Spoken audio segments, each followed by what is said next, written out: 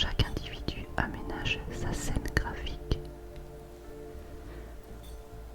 Chaque écriture est une création unique, originale, qui révèle les goûts, les aspirations du scripteur, sa problématique, ses idéaux. Elle n'est pas comparable à une science exacte comme les mathématiques. En revanche, elle cherche à adopter une attitude scientifique,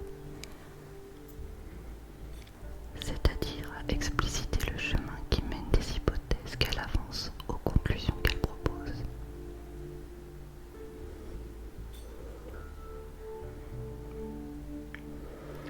La Société française de graphologie, SFDG, reconnue d'utilité publique en 1971, œuvre pour l'approfondissement et le développement de la graphologie en tant que science humaine à part entière et poursuit un espace de recherche actif au travers de l'enseignement qu'elle supervise et des congrès internationaux qu'elle organise. Alors, je vais vous présenter l'ouvrage que je possède, qui est donc l'ABC de la graphologie. Alors, comme vous pouvez le constater, la couverture est un petit peu cheap. C'est un ouvrage qui n'est pas très récent. Un ouvrage de Michel Moracini qui a été édité dans les années 80, je crois, et qui a été réédité jusqu'en 2000. Donc je vais vous lire et vous montrer un petit peu un court passage. Alors,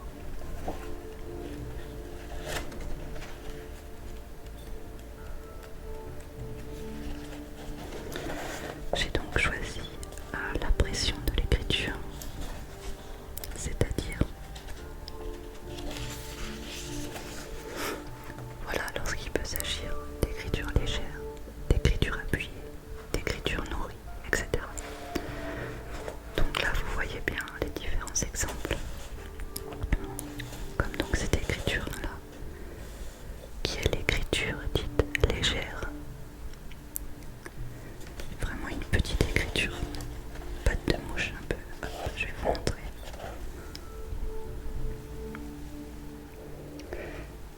Voilà, donc au sujet de cette écriture, l'écriture dite légère est celle dont les traits sont à la fois minces et peu appuyés.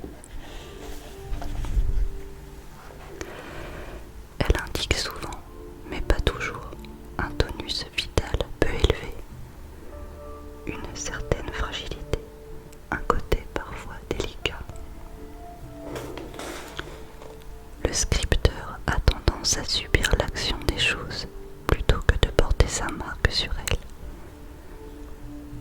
à ressentir très profondément les influences extérieures.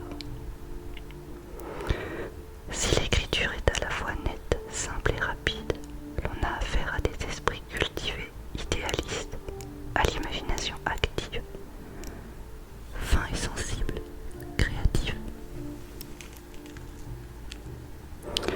Mais si l'écriture est en même temps inégale, étalée, filiforme et lente, elle est un indice de superficialité, de volonté faible et irrésolue, de manque de sens des réalités, de mollesse et d'inconsistance.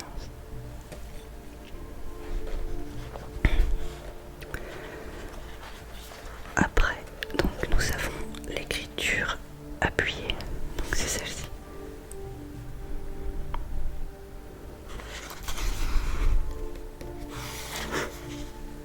Alors, l'écriture appuyée, c'est celle dont le scripteur, adoptant un instrument graphique plus ou moins épais, fait pression sur lui pour peser sur le papier. Elle traduit le besoin d'agir sur les choses comme sur les circonstances, l'attitude volontaire, décidée, parfois impérieuse, de celui qui veut vaincre l'obstacle,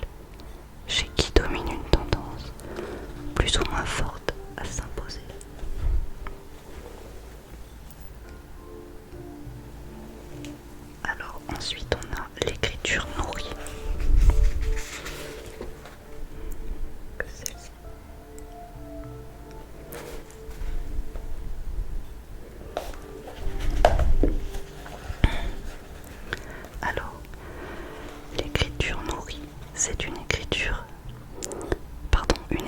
est dite nourrie lorsque les traits en sont bien alimentés en encre. Très voisine de l'écriture appuyée, il ne faut pas toutefois la confondre avec elle, car si l'ancrage est souvent en fonction de l'appui, certaines écritures ont un fort débit d'encre sans que la pression soit très accentuée.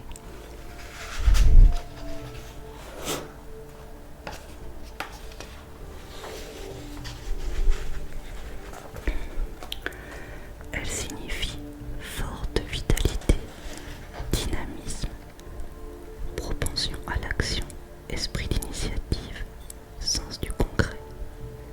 Si l'écriture est lente, il peut y avoir par contre de l'inhibition. Mais si elle est rapide et mouvementée, dans le cadre d'une bonne régularité, on a affaire à des gens tenaces, énergiques, sur qui on peut compter.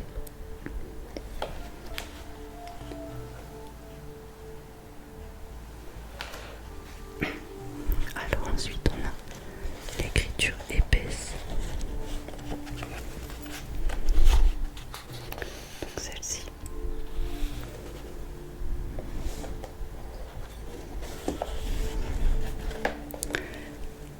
L'on convient de qualifier une écriture d'épaisse lorsque ses pleins dépassent 3/4 de millimètre. Vous voyez, c'est assez précis. Dans un contexte lent, elle est le signe d'un esprit lourd, de paresse, de sensualité, d'état congestif. Dans un ensemble favorable et avec du mouvement, elle dénote l'amour de la vie, la tendance euphorique, parfois la truculence, le côté bon vivant, l'imagination féconde.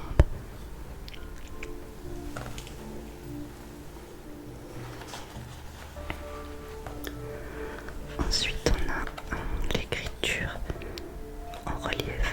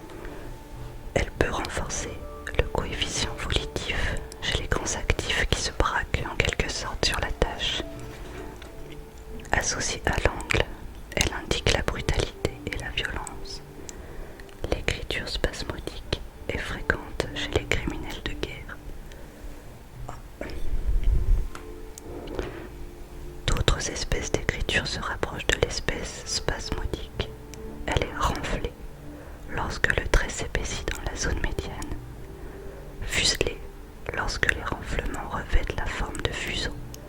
Elles indiquent toute la prédominance des instincts et de la vie sensorielle chez le scripteur.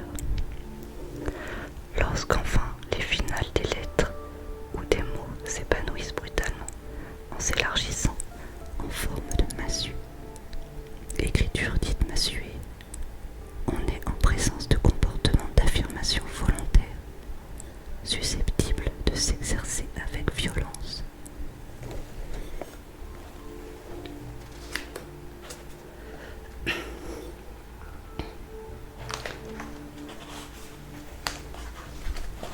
Comme celle-ci, visiblement.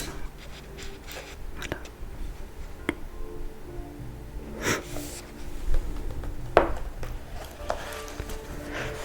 Il faut cependant savoir que lorsque les massues sont horizontales, elles peuvent être des signes d'inhibition dans la mesure où elles symbolisent l'arrêt subit du mouvement vers la droite.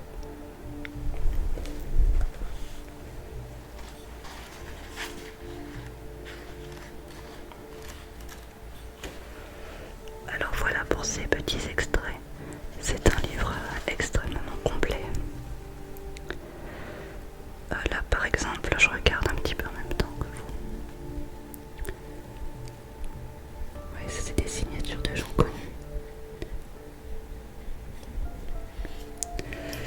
Ici par exemple, il est expliqué selon, donc là il parle de la lettre T. Donc hop, ici. Donc selon la façon dont la lettre T est écrite, il peut y avoir différentes significations. Comme par exemple la barre de T en lasso, comme celle-ci. Souvent signe de ténacité, mais surtout d'habileté, de coquetterie, d'agressivité.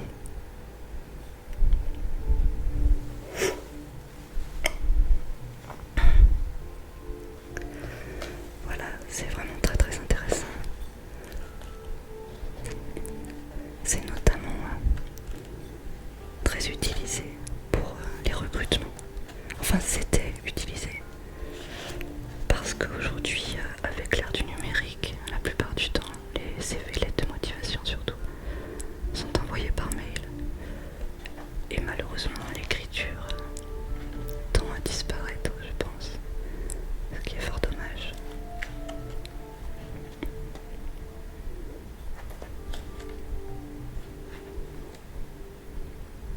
Voilà.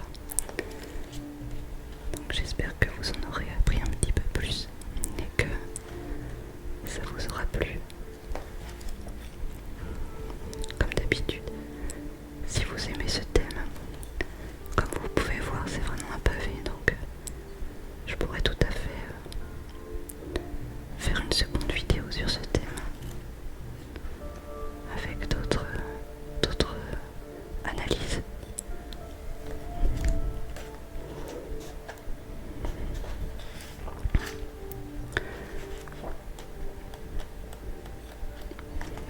Donc voilà, il s'agit,